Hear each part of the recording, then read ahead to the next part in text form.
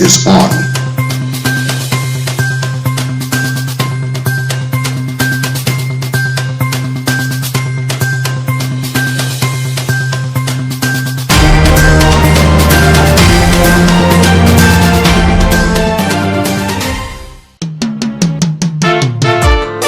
Ladies and gentlemen, may I present Team COVID-19.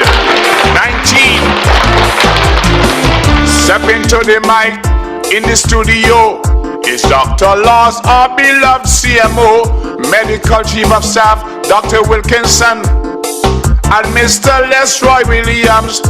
Team COVID-19 on the front line, coming to you in Calypso rhyme. So sit back, relax, and listen to what they have to say and the role they want you to play. Easy!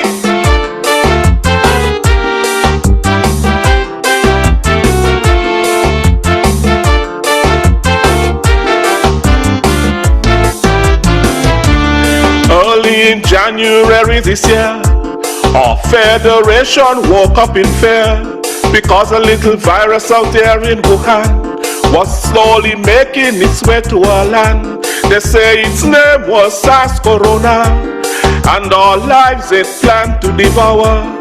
So we're here to come up quickly with a little plan to save our beautiful nation.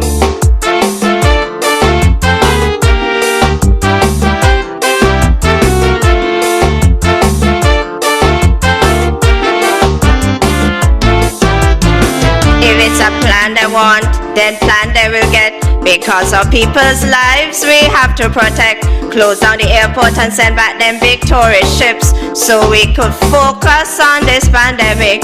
Mr. MCS, I'm begging you please, as I pray to God from down on my knees. Now let's get all our hospitals and staff in order to battle this corona.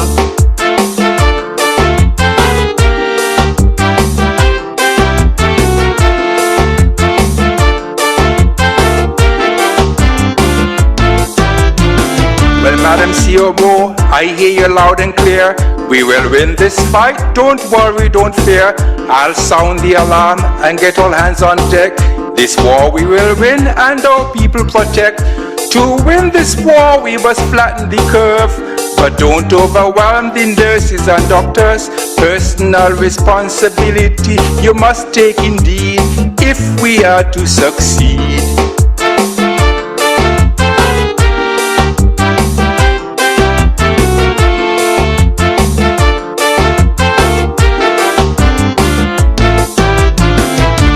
Cover your mouth, we say cover your nose. This will stop the spread to those who are close. Lock yourself inside during the curfew. Under quarantine, to thine own self be true. Wash from your elbows down to your hands with soap and water, it's a simple plan. If you follow these simple instructions daily, from this virus we'll soon be free. Easy!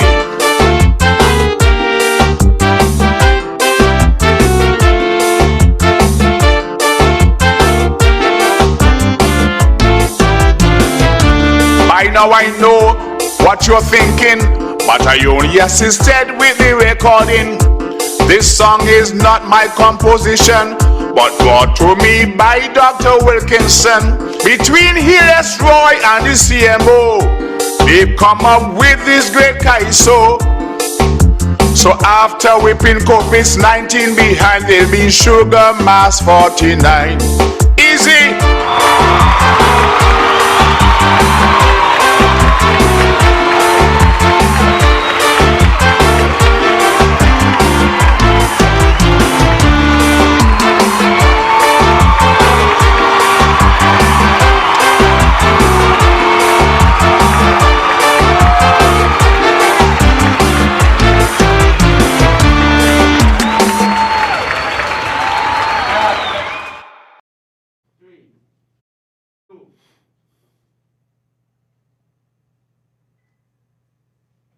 Good afternoon and welcome to the National Emergency Operations Center COVID-19 Daily Briefing for the 21st of April 2020 I am Lesroy Williams.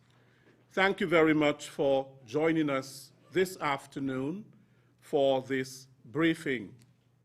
We continue to appreciate those of you who tune in to keep informed and updated as to what is happening in St. Kitts and Nevis with respect to the management of the COVID-19 pandemic.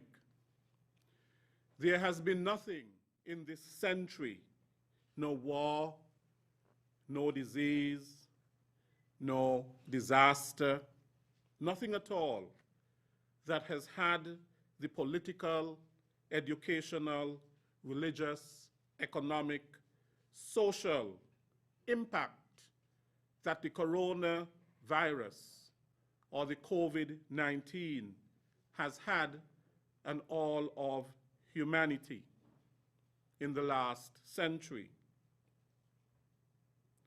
And on top of that, not just the virus itself, but all the other problems that have been created because of this virus. In some countries, they're saying that the fear is not so much the coronavirus, but their people are afraid of dying of hunger. People are afraid of dying of starvation and poverty. These are genuine concerns which require an all of humanity approach. Today we have quite a number of speakers. Mr. Steve Saunders of the Molyneux and Keon Cricket Club, Mr. Melvin James, Director of the Department of Agriculture in St. Kitts, Dr. Theodore Hanley, Permanent Secretary in the Ministry of National Security, Mr. Osman Petty, Superintendent Cromwell Henry, Chief Medical Officer Dr. Hazel Laws, and Mr. Abdias Samuel. We also have among us Medical Chief of Staff Dr. Cameron Wilkinson. A warm welcome to all. I now invite Mr. Steve Saunders of the Molyneux Keon Cricket Club to make a presentation. Mr. Saunders.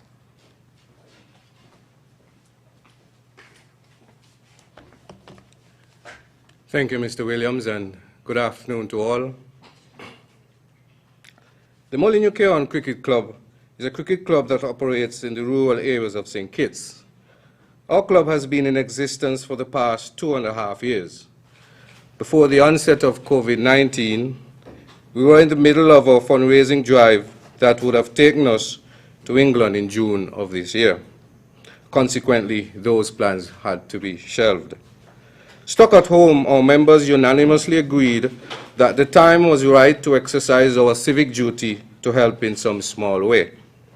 In this regard, we are extremely elated to donate $1,500 to the NEOC to assist in providing food packages for the vulnerable individuals in our society. As this pandemic plays out, Molyneux Keon Cricket Club stands in solidarity with the NEOC, the Ministry of Health, the security forces, and all those on the front line dealing with COVID-19. We salute you in this time of crisis. We are pleased to join this partnership by ensuring that our members stay at home, exercise social distancing, and practice good personal hygiene. We encourage our fans and members and the general public at large to do the same. So, Mr. Samuels, please accept on behalf of the Molyneux Keon Cricket Club this donation.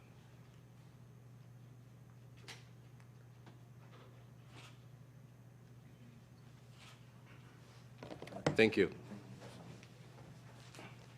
Thank you very much, Mr. Saunders, and we do appreciate it. Good afternoon all.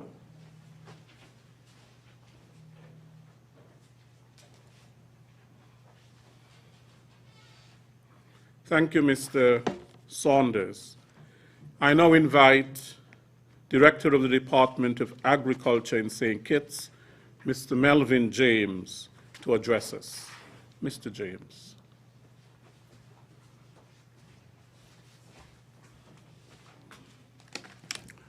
Greetings all, and the main thing I wish to share with our farmers this afternoon is the good news that we have started work as it relates to you yourself with the crop stimulus package. Yesterday and today, our extension officers were in the district looking at what is in the field and engaging the farmers about their willingness and their ability to increase their production, be it twofold or threefold, especially in the areas of cabbages, squash, pumpkins, sweet potato, melons, and cabbages. They may have expertise in other crops, maybe beans, yams, eddos. That too will be taken into consideration. We are seeking your verbal and eventually your written agreement that you will comply with the instructions of the ministry and the department, that we will, in exchange of that, support you 100% in all that you're doing in terms of land prep, fertilizer input, herbicides, supplemental labor, so that we'll have a successful crop. And we also seek to engage you as regards your willingness for price negotiations. In a few days' time, we will begin by sowing our first set of seeds so that we can start our planting. This endeavor has room for all of the farmers. It's just that we can't start with all, but we will seek to engage all. We say, even as we do this, it's never too early to mount a buy local campaign, because come July, August, when we have this abundance of food, it will do our country no good if it is not consumed by our persons. So it is never too early for us to begin to understand that our local are chemical residue free, they're fresher, they're non-genetically modified, and in almost every conceivable way, they are superior. When we go to this local supermarket, we must demand local. That is how those shelves will become stocked with what we produce. Let us not just ask for it, but let us support it. I begin to wrap up by just giving you some quick ideas of our hours of business for the rest of this week, and I'll even seek to make predictions about next week. At Lagreed, we'll be open Thursday morning, 8 to 12, where we'll be continuing to sell at half price, feed, we have limited stocks, and crop management chemicals. We'll also be distributing Flubetical, and we'll be selling vet supplies at the usual price. Please note that the other services are suspended for the time being. The public market, it will be open all day this Thursday and Friday. As it relates to the abattoir remains closed this week, but working on the assumption that next week might look like this one, meaning 4 partial curfew days, then we will be open, the abattoir that is, on Monday morning to receive all species of livestock. Please note, only from traders. We'll be open Monday morning to receive all species of livestock, but from traders only. I trust that you have been informed, and I ask for your guidance. I ask that you comply, and that together we build a strong agricultural sector. Thank you. Over to you, Mr. Lesroy. Thank you, Mr. James. I would now like to invite Dr. Theodore Hanley of Waters Anchor Health and Wellness in Frigate Bay. Dr. Hanley is a native of St. Kitts and U.S. Board certified anesthesiologist. With over 25 years of experience at leading hospitals across New York City and Jacksonville, Florida, providing anesthesia for a broad range of cases, including level 1 trauma, neurosurgery, pediatric surgery, general orthopedic and plastic surgery, and board-level leadership on multiple hospital committees, including the Medical Board, Executive Quality Assurance Committee, and Credentialing Committee. Welcome, Dr. Hanley.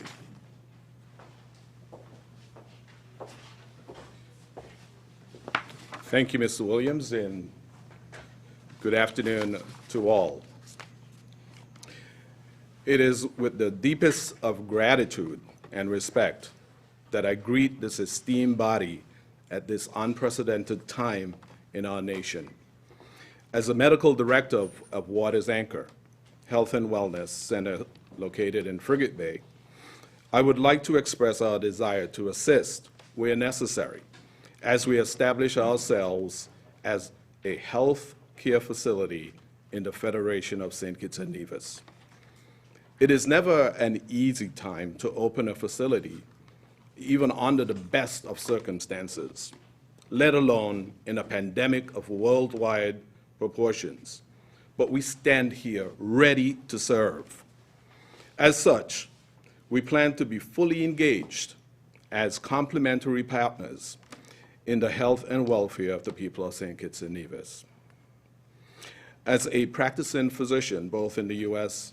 and the Federation, it is a distinct honor and high privilege to join the ranks of the very fine physicians here. Finally, as a full-time member of the medical community. Waters Anchor will be the first entity of its kind in St. Kitts, offering the access to new technologies, health and wellness in the best tradition, and therapies that are of high quality and certified by Joint Commission International Standards. To this end, my team and I plan to build a world-class center of excellence, fully engaged and focused on the personalized care of people of the Federation. As such, we plan our opening in the coming weeks. As we plan, we are currently recruiting and interviewing job candidates. Our job opportunities can be found on SKN Vibes, sknvibes.com. My plans are to ensure that the excellence of our facility will be reflected in the professionalism of our people, with staffing comprising of over 50% of persons in the Federation.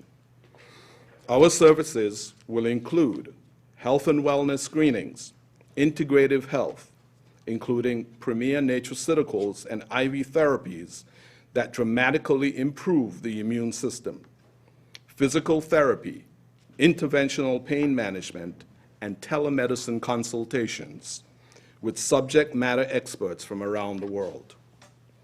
From now on, as we develop our practice, we are planning on putting adequate screening measures into place which abide with the recommendations and requirements of the Ministry of Health and the Commission on Joint International Standards. First off, we are proud to see the Federation has responded to this crisis in an excellent manner. I am so proud to be a son of the soil because I am the son of a nurse, a district nurse, who practiced health and wellness so many years ago as a district nurse in St. Peter's and Tabernacle. And she has instilled in me those qualities that in the digital age, that we will provide public health to all of our people. My plan is to ensure that the excellence of this facility will continue to and will be reflected in the professionalism of our people. Our organization has worked with local physicians and private businesses in need of PPE. We put together a combined order and utilize our global relations to source the requested items. We expect that that order will be on island in the next couple of weeks. In addition, through our partners, we have sourced a non-toxic advanced nanotechnology coating that can last on surfaces for up to 90 days. The technology creates a mechanical, non-chemical barrier that no microbe, bacteria, or virus can live on. Many large public and private U.S. and international organizations are buying this technology in large quantities. I am proud to announce that the Federation of St. Kitts and Nevis is the first country in the Caribbean to receive this technology, which arrived recently on the island. In addition, NEMA has expressed interest in this nanotechnology, and we will be providing this so that this office can be clean and free of microbes as you practice and perform your so needed help to this country. Thank you for your attention tonight.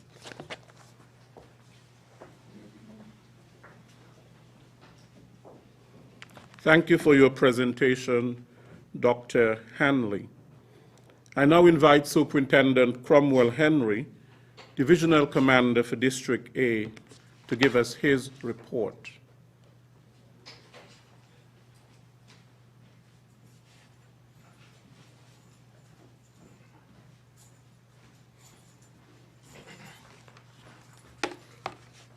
Thank you, Mr. Williams. A pleasant good afternoon to listeners. As usual, I will start with the law enforcement activity update. And again, I'm always pleased to announce whenever we do not make arrests, I'm happy to say. Arrest for the last 24 hours remains at nil. Arrest to date, 77. What we are seeing is that persons who are out at nights in particular are persons who are essential workers with the appropriate exemptions, or persons who are specifically exempted by the Commissioner and carrying these exemptions. So we are seeing compliance with the curfews at night, and we ask persons to continue to cooperate and comply. We are winding down day 2 of a limited operation day. We are generally satisfied with the level of compliance we are seeing at most business establishments with respect to social distancing and hand hygiene within the establishment.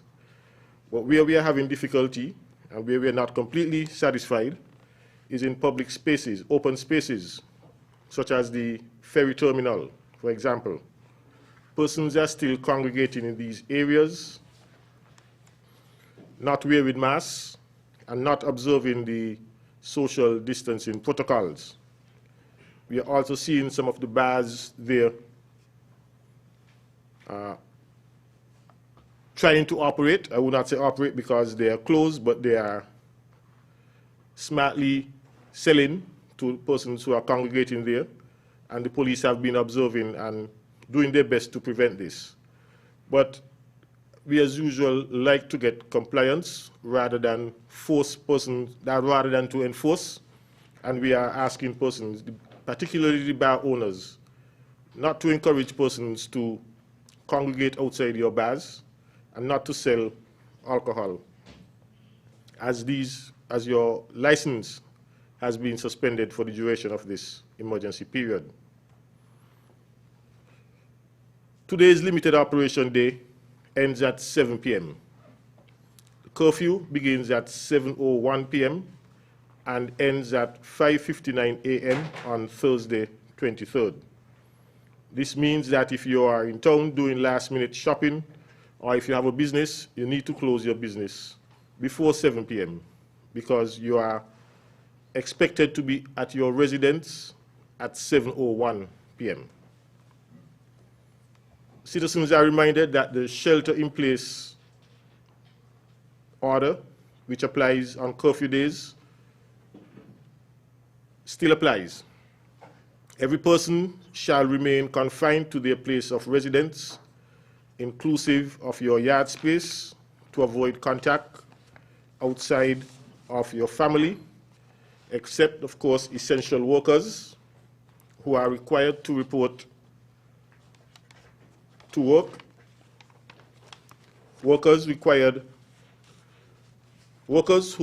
Persons who work in the medical field, and for essential travel for medical emergencies. These are the persons who are exempted and who are permitted to be out during the curfew period, that is from 7:01 p.m. tonight until 5:59 on the 23rd. Essential workers, let me give you the persons who are considered essential workers according to the regulation. Members of the Royal St. Christopher Nevis Police Force, the St. Kitts Nevis Defence Force, the Fire and Rescue Services, National Emergency Management Agency and Nevis Disaster Management, the National Emergency Operating Center, the Health Emergency Operating Center, and any other disaster management services. The prisons, correctional facilities, or other establishments, any hospital, healthcare, or medical facility, the Customs Department, the Immigration Department, the Air and Seaports Authority, essential media personnel of a media house, the Office of Director of Public Prosecutions, the Attorney General Chambers, members of Parliament, and the Secretary to the Cabinet. I continue. The emergency technical personnel of any water, electricity, or other sector encompassing the provision of electronic communications, including print and electronic media. And finally, the government printery.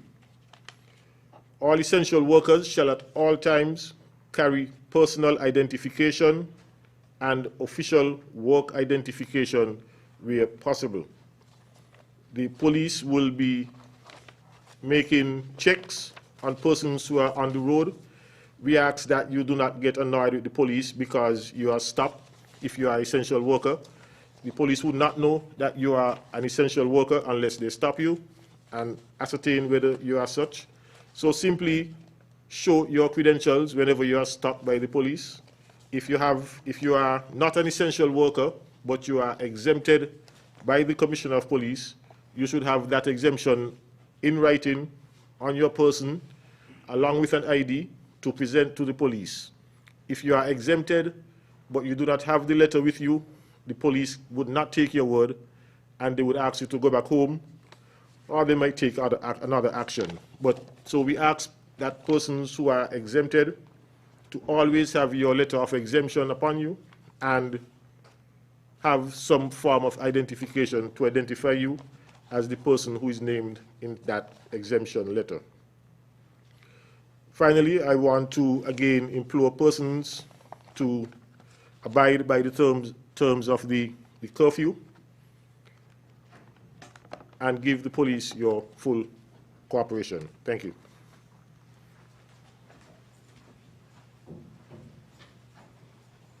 Thank you, Superintendent Henry.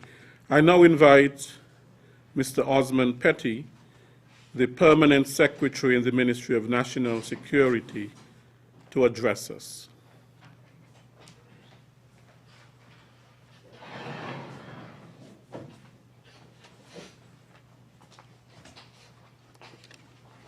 Thank you, Mr. Williams.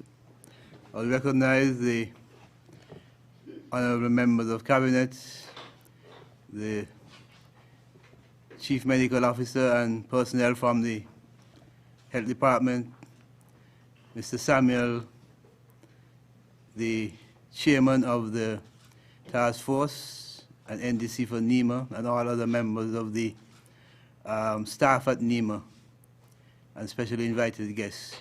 This afternoon, I want to add another dimension to the work of the police, to report on another dimension of the work of the police.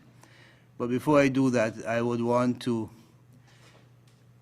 report on, or rather I would want to share my own appreciation to the work, for the work of the health department, the chief medical officer and her team. This is a pandemic and health is leading, but I want to place on record the national security agencies that are actively involved assisting the health department and health workers. The NEMA, of course. We also have the police, the Defense Force, and Coast Guard, Fire and Rescue Services, the Immigration Department, and although Customs is not necessarily on the national security, is regarded as one of the security agencies, and I would want to recognize the work of the Controller of Customs and other customs officers. When schools were shut down on the 25th of March, the community policing team led by Inspector Rosemary as Joseph immediately went out into the community to ensure that children out of school did not congregate in any groups, and recognize the importance of social distancing and physical distancing. Shortly after that, however, we had a state of emergency established and shut down, and the community policing team was otherwise engaged with other police activities and was unable to follow through as we would have liked with respect to enforcing children to follow the guidelines which were established by the health department. But with the extension of the state of emergency and more partial curfew days being provided, it has now become very imperative for the community policing team to get back into the community, which they have done so. And it's difficult for adults to stay locked down for periods of time, but children, of course, is going to be more difficult. And the least chance some of them get, they're going to be out there by their friends and so on. And so I want to first of all report that the community policing team has again become active out in the community, working with children,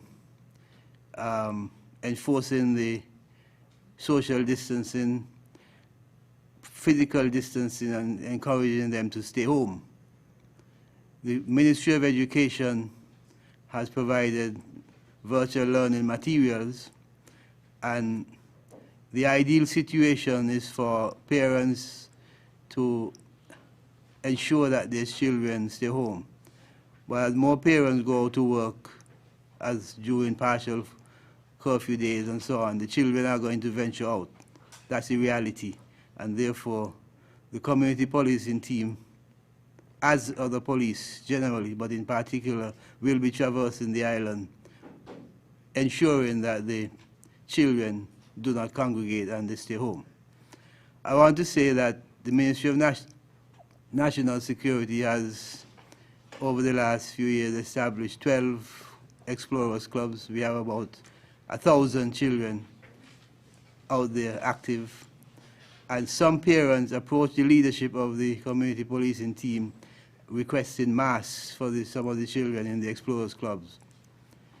The Ministry of National Security therefore engaged Sun Island Clothes to provide 1,000 masks for Explorers children who don't have masks, and the community policing team will be charged with distributing those masks. And therefore, I want to place on record for the record, the government's input into this venture. 1,000 masks, which we are getting from Sun Island Close to distribute to children who do not have masks, so that even though we do not want them to venture out, if they do venture out, we ensure that they are secured. Let me say that although children may not become themselves affected by COVID-19, the fact that they're out there and then they go back into their homes with other people in their home, elderly people and so on, they carry it back to them. So the more we make sure that the children stay home and off the streets, the safer it is for everybody in that household. Finally, I want to say that crime has taken a back seat, I hope, with COVID-19. We have not heard much about crime, but it does not mean that certain crimes are not taking place. The police can talk about reports of domestic violence. I have heard reports about break-ins, which it is suspected that some of them may be caused by children, juveniles. And so this is another reason why the community policing team has to be active in the communities. Tomorrow at 2 o'clock here at NEMA, I've therefore arranged for the Chief Medical Officer, she has agreed, and Mr. Samuel and whoever else they bring along, to meet with the community policing team to discuss procedural issues relating to their interactions with children and families and so on in the community, and safeguards which they should follow. So tomorrow at 2 o'clock here at NEMA, the entire community policing team will meet with health personnel and members of the task force to discuss as they go forward.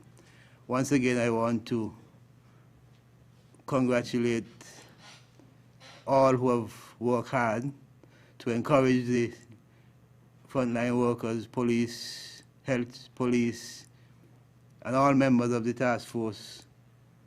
I understand that recently we've had a new task force led by Ms. Hughes and so on, which has started to work to enforce certain guidelines. And so I would want to encourage everybody to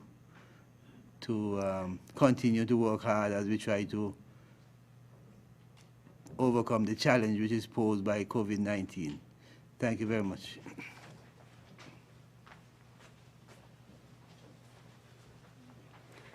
Thank you, Mr. Petty.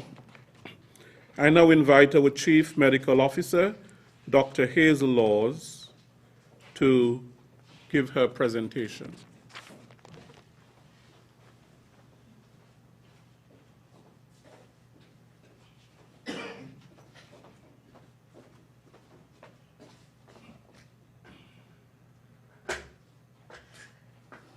Thank you, Mr. Samuel. Thank you, Mr. Williams, and good afternoon to everyone. As of today, April the 21st, 2020, at 3 p.m., the World Health Organization reports 2,397,216 confirmed cases of COVID-19 globally, with almost 163,000 deaths. To date, 257 persons have been sampled and tested, with 15 confirmed positive, 230 confirmed negative, and 12 results pending. This afternoon, I have good news. We have one confirmed case who has recovered with 0 deaths to date. There is currently 1 person quarantined in a government facility, while 64 persons are quarantined at home. 14 persons remain in isolation, while 628 persons have been released from quarantine. I want to remind us that we are still in the early days of the COVID-19 outbreak here in the Federation of St. Kitts and Nevis. Please note that our numbers will continue to increase, with the number of confirmed cases reaching a peak. Subsequently, these numbers will then decrease. However, based on the evidence, this decrease will take place at a much slower rate. The Ministry of Health continues to carefully find the balance between maintaining a sustainable suppression of transmission of the virus whilst ensuring resumption of some parts of economic and social life. I want to remind you and I that we each have a role to play in response to this outbreak.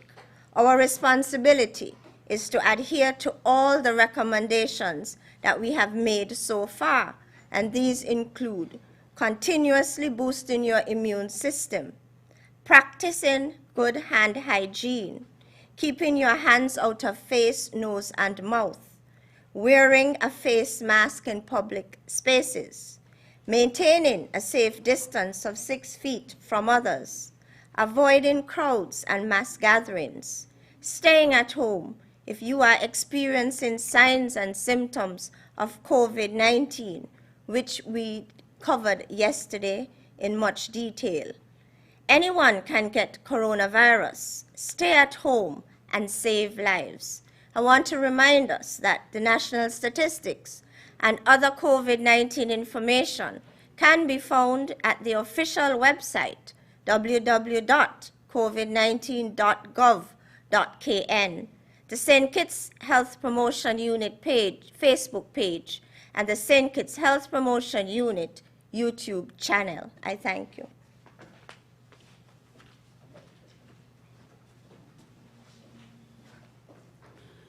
Thank you very much, Dr. Laws. I now invite Mr. Abdias Samuel, Chair of the COVID-19 National Task Force, to give his presentation. Mr. Samuel.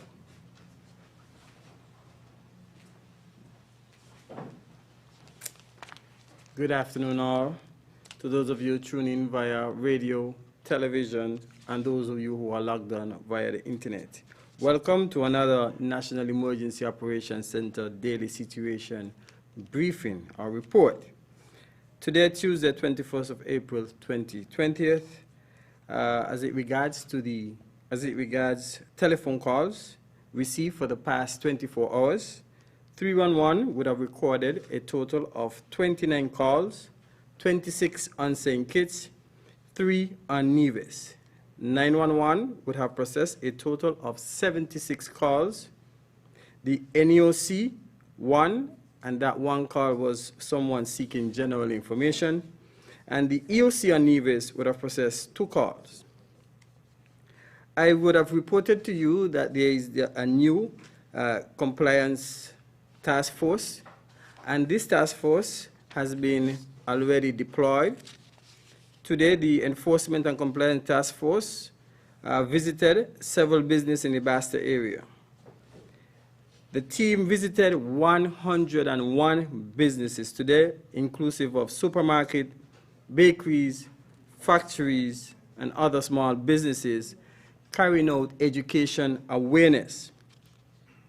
However, some of the major challenges reported to me by the team is that of retail shops that are still selling beers and other alcoholic beverages. I wish to remind all such businesses that the liquor license has been temporarily suspended during the state of emergency, and you must be guided accordingly.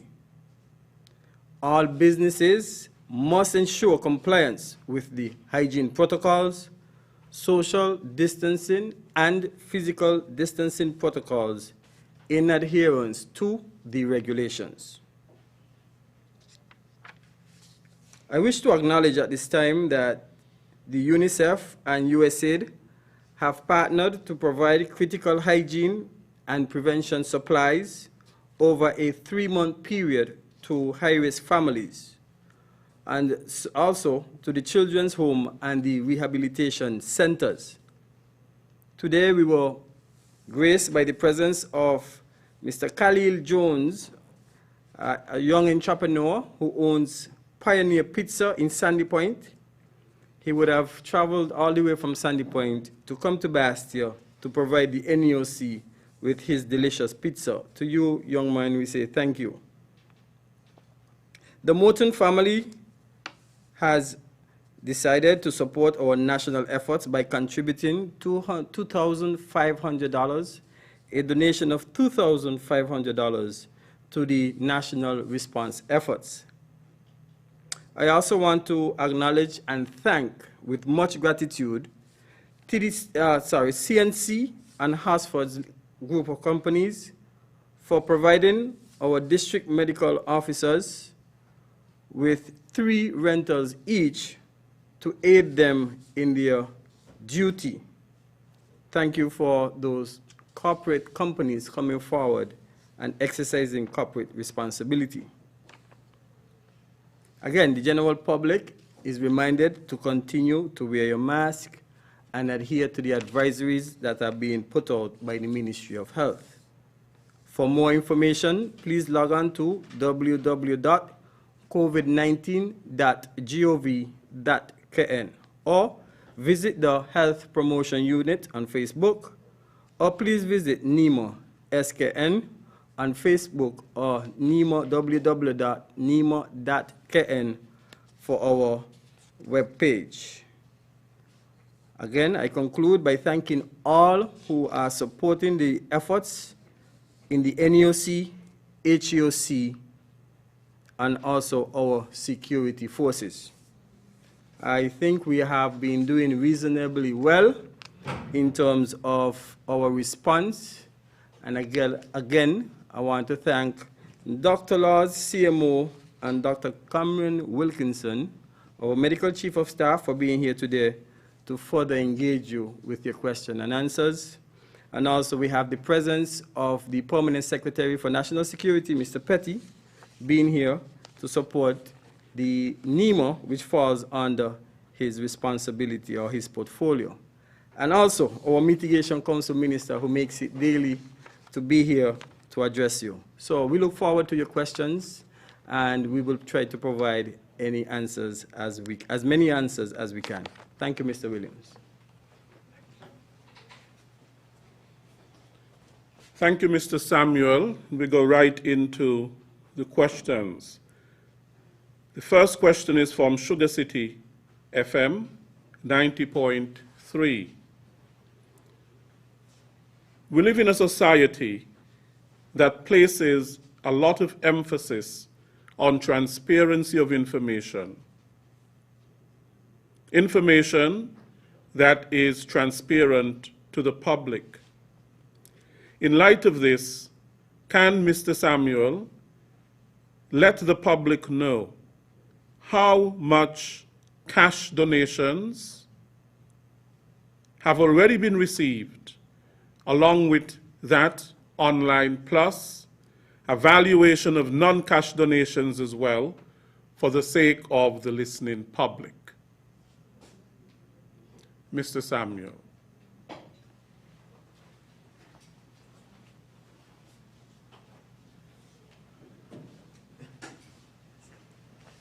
Thank you very much for that question, Mr. Williams.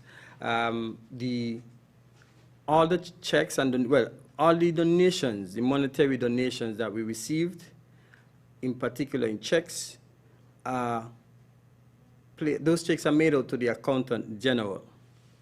Any other cash donations that we receive are handed over to the minister, the junior minister, the Honorable Wendy Phipps, who is carrying a log of all this information, and also all this information and donations are being audited by the government's audit department, and that information is being logged. So I will yield to the Honorable Minister, who will further bring some information regarding those contributions that we are receiving.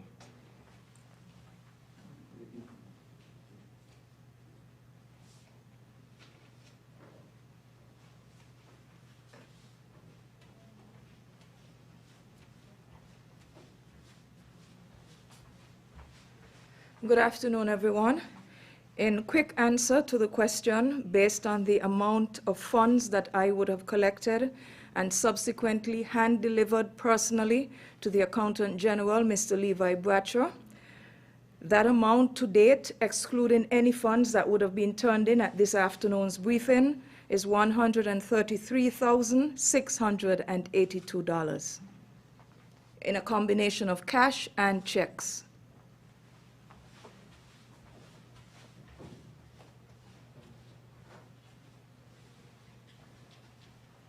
Thank you. This question is for the Attorney General, Honorable Vincent Byron. Are government officials who are deemed stable in terms of food safety and security willing to take a pay cut or donate their own paycheck to members and citizens who are most in need? Question number 2. If we go at least 6 months into the lockdown, will the government provide more days of limited or restricted days of travel, ferry travel specifically?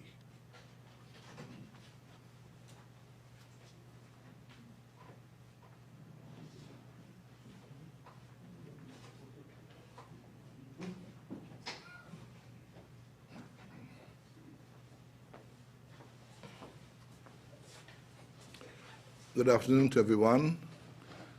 We welcome all who make valuable contributions to the fight against COVID-19.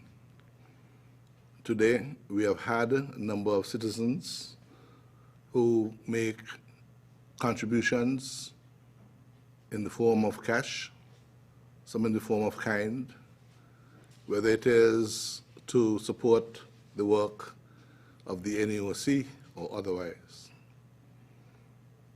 Every citizen has the right, or should, be willing to make such a contribution.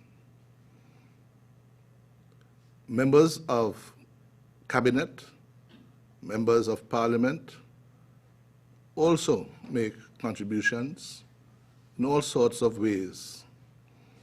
They do so in terms of time, in terms of making contributions to those most vulnerable citizens in their constituencies who they come into contact with, who need support.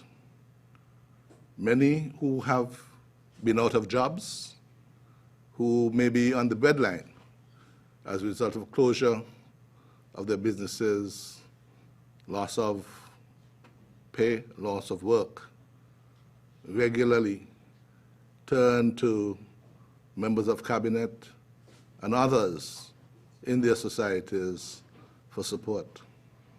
And so these are done, they're not made notice of, and everyone is still encouraged to do so. As far as the question of travel, ferry travel between the islands, this has been accounted for in days when we have limited operations. And as we gradually open up our society, our economy, these have been made provision for. We do not know at this time whether it will be necessary for us to pursue our regulations for 6 months or more. We will adjust as the needs may be, depending on the advice of our health professionals, who will indicate to us the types of recommendations they make for travel, for treating social distancing, physical distancing, and to assist us in our fight of COVID-19. Thank you.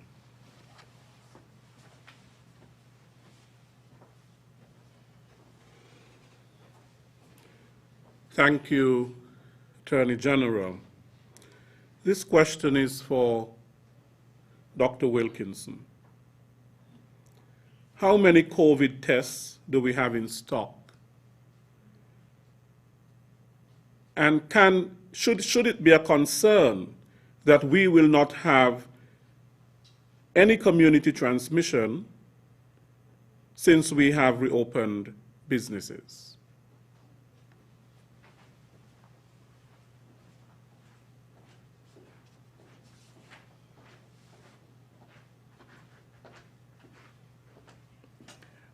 Thank you for the question.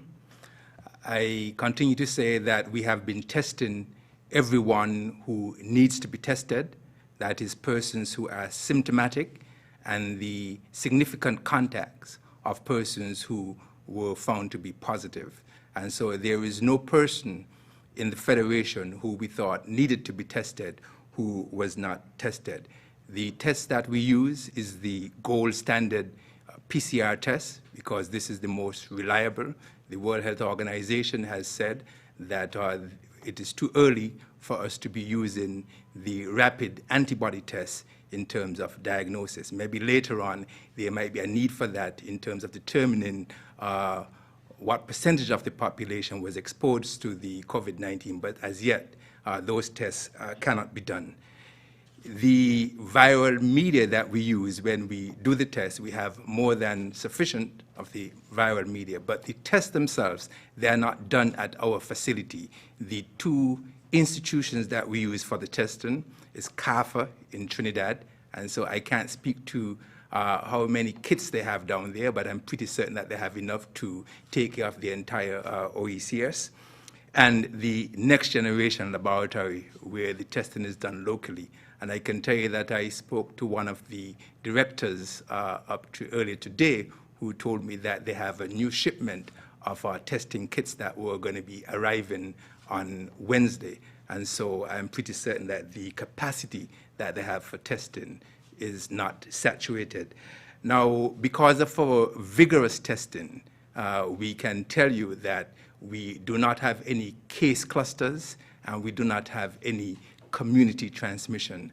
Sometimes when we hear the reporting, we only look at the positives. But for example, there were 17 tests that were done surrounding a number of our index contacts. And those results that came back today, all 17 were negative.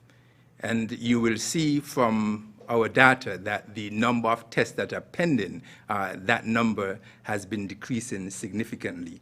So we can confidently say that we don't have any cluster of cases because when we found a contact and we tested the persons around those contacts, they did not come back positive and we do not have any community transmission.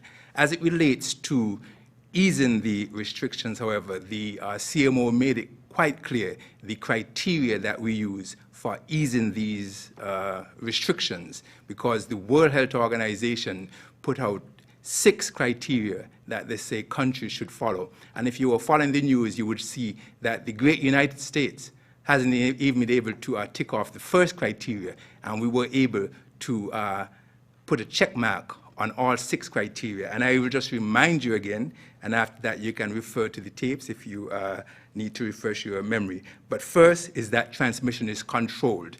And we can see from the time our first case entered the island on the 18th of last month, we have gone more than 2 incubation periods or 2 14-day periods, and we have not had a significant spike in the number of cases. Second, that the health capacity is in place to deal with the overwhelming number of cases that may present, and we have been able to suppress the curve such that our health facility has been able to take care of the cases. And right now, we have 0 persons admitted to all of our health institutions, both in St. Kitts and Nevis with COVID-19, and all of the cases are recovering well. Thirdly, that the outbreaks minimized in health facilities and institutions, and we have taken care of that. We have no outbreak in our nursing institutions, in our prisons, etc. Fourthly, that we have preventive measures in places where people go for essential service, and we have taken care of that in terms of the workplace. We are working on the schools, etc., and in time to come, we'll give you some more information about our schools. Fifth, that our importation risk is decreased, and very early we were able to close down our borders and not have any more cases coming into our country. And sixth, that our community, our people, are engaged and educated as it relates to disease. And that's one of the things that we do every single day, and that's what I'm doing here now. And so we are very happy that the majority of our population, if not all, they are fully aware of COVID-19 and everything that it takes to decrease the transmission. And that's one of the reasons why we can confidently say that we do not have any cluster of cases or community spread. Thank you.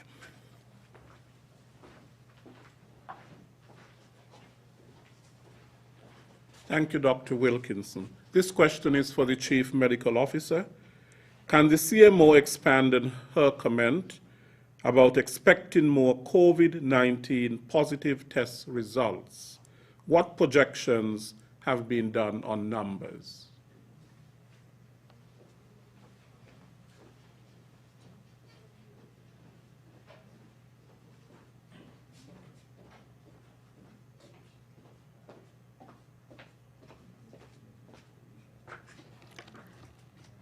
The Economist magazine, about a month ago, in one of its articles, said that the COVID-19 virus will impact 20 to 70% of any population.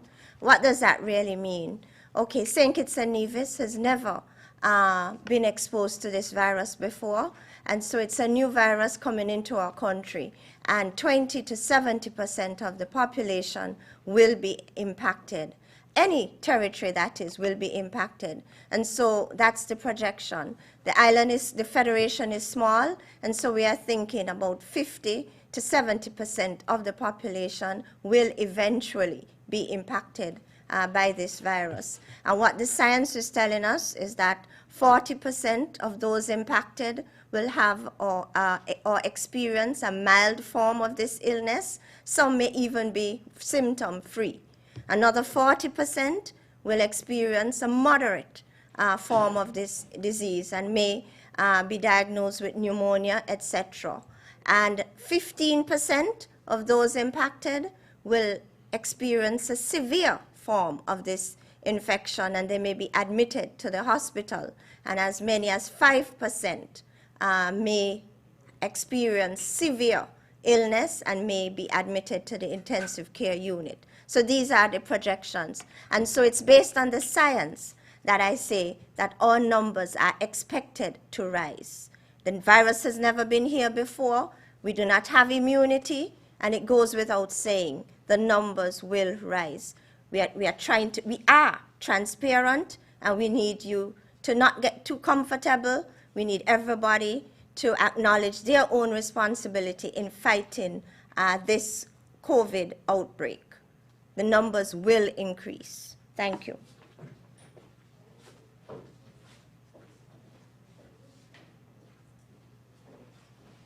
Thank you, Dr. Laws. That question that you answered was from SKN Newsline. This question is from Sugar City 90.3 FM. What are the statistics since the state of emergency and curfew from the Royal St. Christopher and Nevis Police Force pertaining to cases of domestic violence and burglaries mentioned by Mr. Osmond Petty? How does this number compare to an average number outside of the state of emergency period? Superintendent Henry.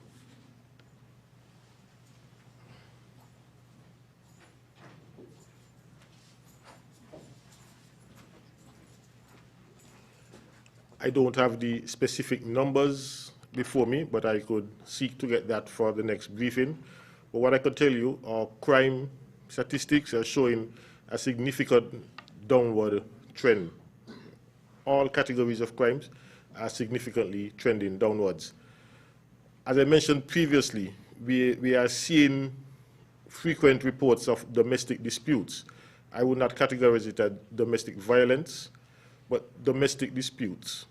We are seeing significant, well, not significant, but we are seeing a steady increase in those numbers of reports.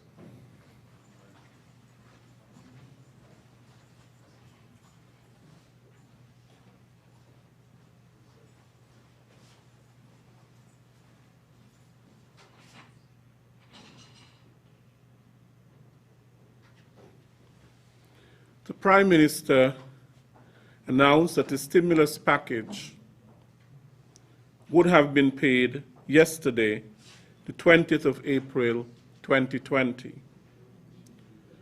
What do you do if you submitted your application form and still have not received a call from the Labor Department to know if your application form has been received or processed?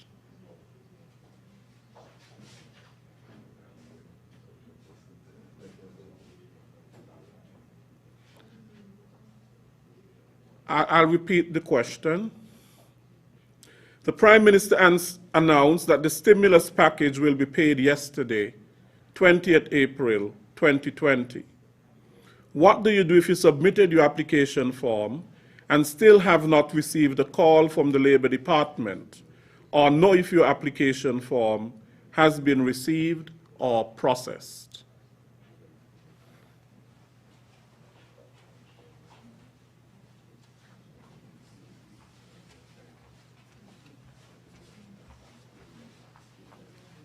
Thank you for that question, Mr. Williams.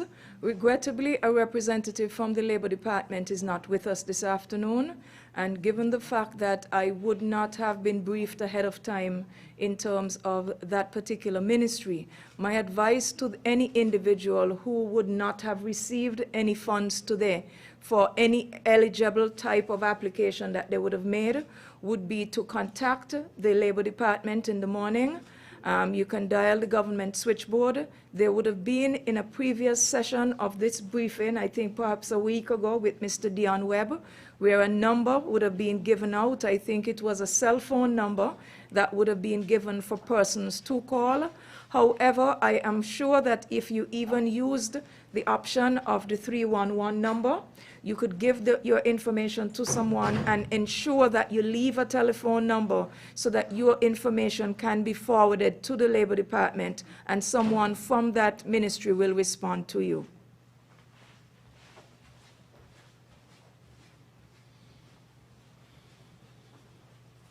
Thank you, Minister Phipps.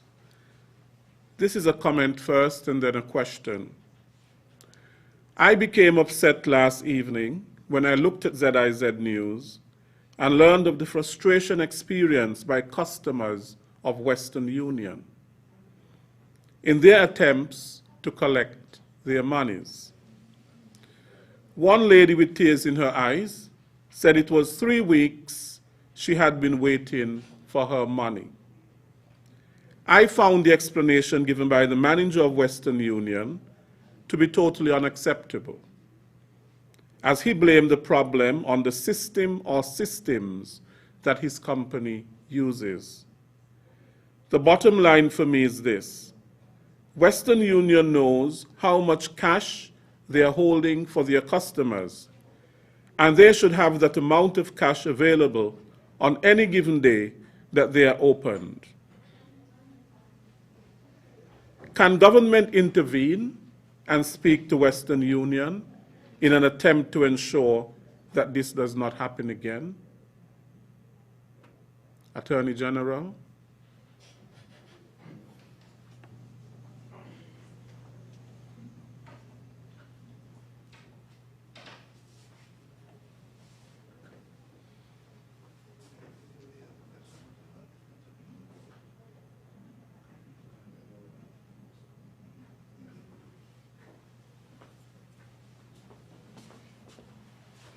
Good afternoon again. Money services operations are regulated by the Financial Services Regulatory Commission, and they do have and are active in terms of examining these services to ensure that they follow all protocols, that they are in a position, as it was, to ensure that individuals are not defrauded, can get what they're due, and so if there is a need, one should make claims, one should be able to complain to the Financial Services Regulatory Commission. Their numbers should be in the phone book, phone directories, or there is an office on South Independence Square where one can make any complaints if they are not receiving the remittances that have been sent to them from overseas. Thank you.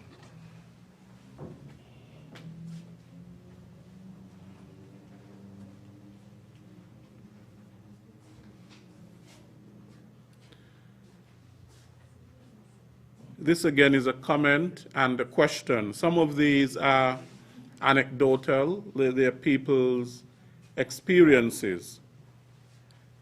And yesterday, a young lady in conversation expressed her frustration, indicating that she is a former university graduate and recently built a home with her husband with a mortgage with National Bank. Her husband and herself are both affected as they both work in the hotel industry. Her husband has actually lost his job and she is on reduced pay. On inquiry from National Bank, she was told that moratorium is not for mortgage, only regular loans.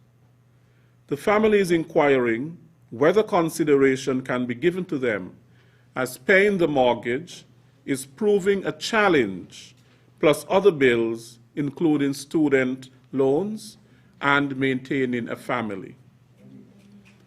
Can the National Bank rethink this approach regarding people's mortgage and payment moratorium?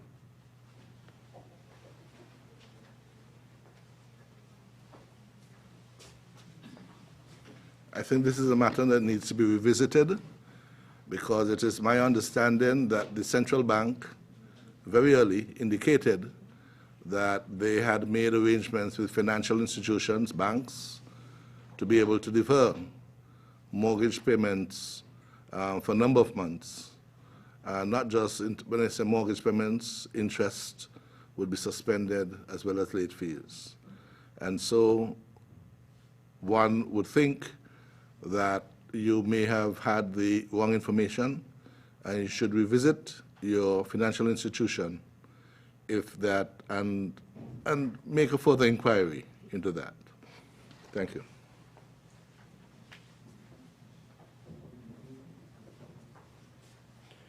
This question is to Dr. Laws, our CMO. So if 70% are projected and get the COVID-19, why open up the country so quickly? Wouldn't it have been better to hold off for a next week or two in order to try and keep it at its lowest?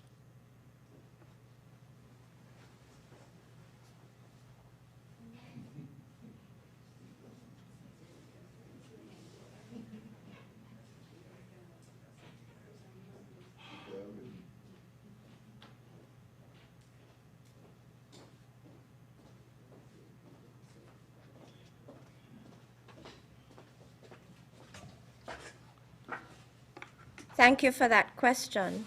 In my previous answer, I quoted an article written by The Economist magazine when I said, in every territory, you can expect 20 to 70% of your population being impacted.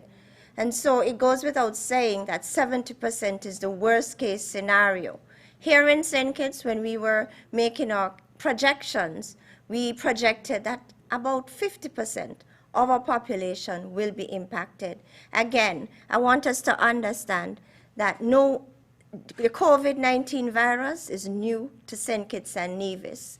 For now, we only have 15 cases, so only 15 persons are mounting an immune response or developing immunity to this virus. And so it goes without saying, when a new virus enters a territory, the chances are it will spread, because the other persons in the society, they do not have immunity to protect themselves against it, and so chances are the numbers will increase. Now, with respect to the relaxation of restrictions, I explained this yesterday, and Dr. Wilkinson a few minutes ago explained the 6 criteria that we utilized in determining if and when we can relax restrictions. Again, the 6 criteria are, and these are provided to us by the World Health Organization. First, that the transmission is controlled. For now, the Ministry of Health, because of our level of preparedness, we have achieved the present level of control. To date, we only have 15 confirmed cases. The second criteria, the health system capacities are in place to detect, test, isolate, and treat every case and trace every contact. Our health team has been on the road. We've been detecting, we've been testing. St. Kitts and Nevis enjoys one of the highest rates of testing per capita in the Eastern Caribbean and within CARICOM member states. We've been successful in isolating all our confirmed cases and treating them. In terms of tracing the contacts, we've had over 175 contacts for the 15 cases. And our approach to contact tracing has been aggressive. The third criteria, the outbreak risks are minimized in special settings like health facilities, nursing homes, and prisons. Very early, we said that there is no visiting at our prisons. In terms of the nursing homes, again, there are no visitors allowed, and each nursing home, they are very careful in terms of their incoming staff members on a daily basis. They are checked, they are screened to reduce the risk of staff members bringing in the virus to nursing homes. Let me add, tomorrow morning at 9 a.m., I have a virtual meeting planned with the locally operated nursing homes and the government-run nursing homes, just to make sure that everything is going well in terms of their reducing the risk of the virus entering such a vulnerable community. The fourth criteria, that preventive measures are in place in workplaces, schools, and other places where it's essential for people to go. Our schools are closed. In terms of our workplaces, we've embarked on a massive education campaign, educating employers and employees with respect to COVID-19 and those behavioral changes required that, for us to fight this virus. Fifth, the importation risk can be managed. Please all remember, our borders have been closed since March 25. The sixth, the communities are fully educated, engaged, and empowered to adjust to the new norm. Again, we continue to inform you daily. We continue to bring the latest information on a daily basis at our NEOC press briefings. Thank you.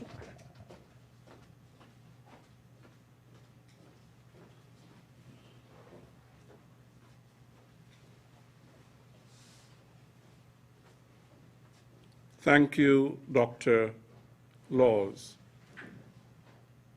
This question, in light of the conclusion of some experts that smoking of any kind places one at a higher risk with respect to contracting the coronavirus, why is there an unchecked increase in marijuana smoking, even in public? when law enforcement officers are present.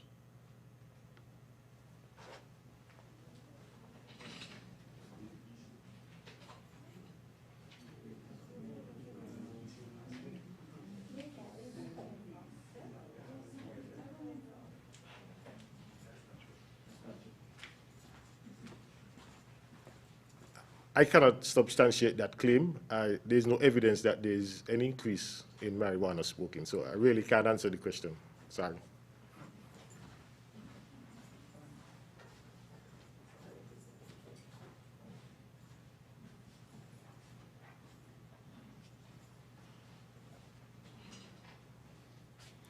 And these two last questions have to do with what has been reinforced from time to time.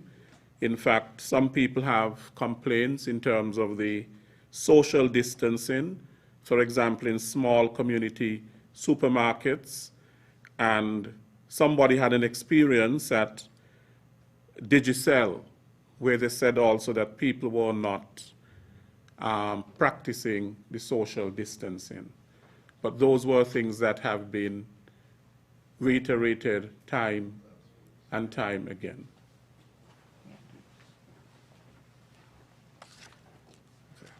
Regulation 14 of 2020, Section 7, that deals with social and physical distancing, it's clear.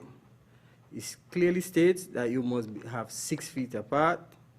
It clearly states that an individual space of 30 feet squared is allotted to one individual, and that will help you calculate how much persons should be in your business space. That is very clear. The task force has begun. They visited 101 business places today, and this week we are using it to educate the general public. Next week they're going to be evaluating, and then there will be the enforcement. So I am appealing to all to conform with the regulation. Thank you.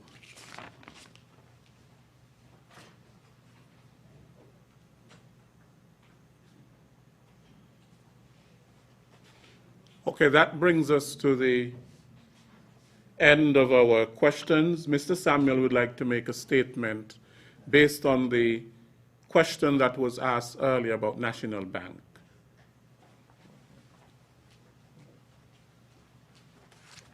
The National Bank has contacted us and has informed that the information that was, or the statement that was made earlier is erroneous. We are informed that the concessions that are in place, they apply to mortgages in particular. So anyone with any further queries or questions, please contact the bank. We received that information from Mr. Donald Thompson, where he wanted the air to be cleared that National Bank Limited, the mortgages in particular, are included in the concessions. Okay, so please be guided with that information. Again, National Bank states that the concession applies to mortgages and every other loan. Thank you.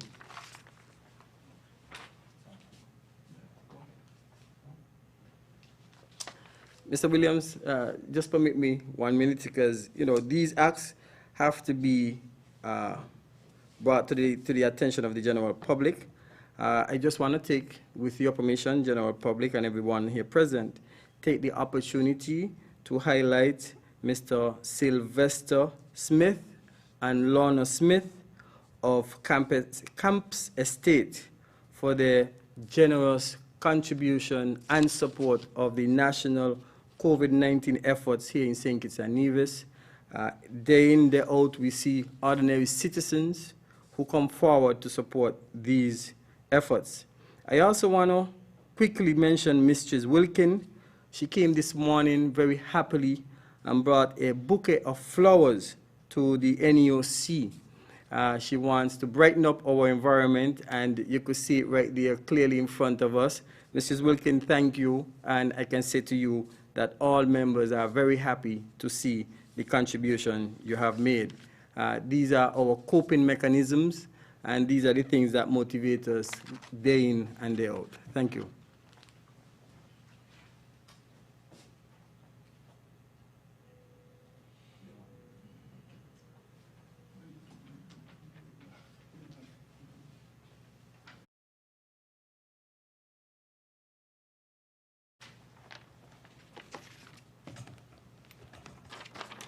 We also would like to thank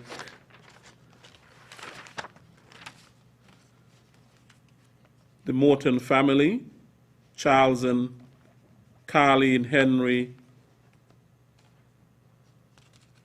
Morton, Edmund and Agnes Morton, and Novelette Morton, the Morton family, for a donation of $2,500. We thank them very much. Thank you very much for the questions that you asked today, and I do hope that they were adequately answered.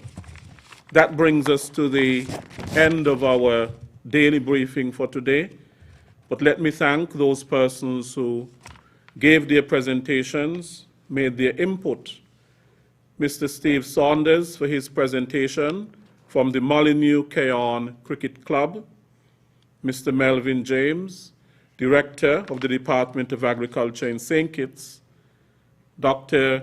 Theodore Hanley of Waters Anchor Health and Wellness in Frigate Bay, Permanent Secretary in the Ministry of National Security, Mr. Osmond Petty, Superintendent Cromwell Henry, Divisional Commander of District A, Chief Medical Officer Dr. Hazel Laws, Mr. Abdias Samuel, Chair of the COVID-19 National Task Force.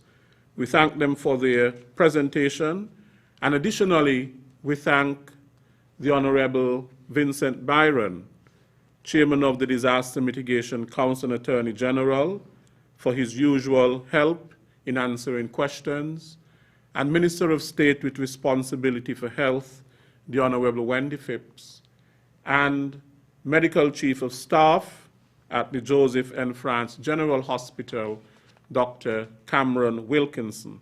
We also thank Mrs. Christmas Jacobs, who continue to come here and to offer her services of sign language. We thank you very much. Tomorrow we will be back for another daily briefing. Until then, be safe. Remember to keep practicing social distancing of 6 feet. Wear your mask where they're applicable in public places, in supermarkets, in pharmacies, where there's a crowd, and so on. And if you're feeling ill or if you have a cold and you're sneezing and coughing, it is recommended that you wear a cough to prevent any sort of a transmission to others of anything at all. See you tomorrow at 5 o'clock.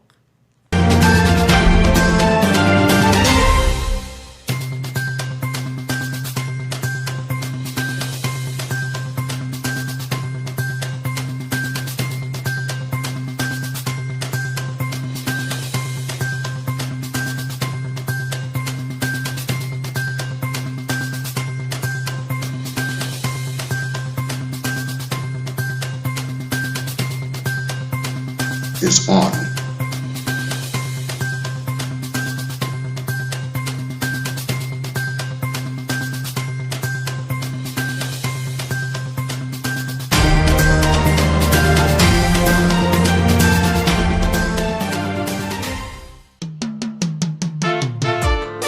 Ladies and gentlemen, may I present Team COVID-19. Stepping to the mic in the studio is Dr. Laws, our beloved CMO.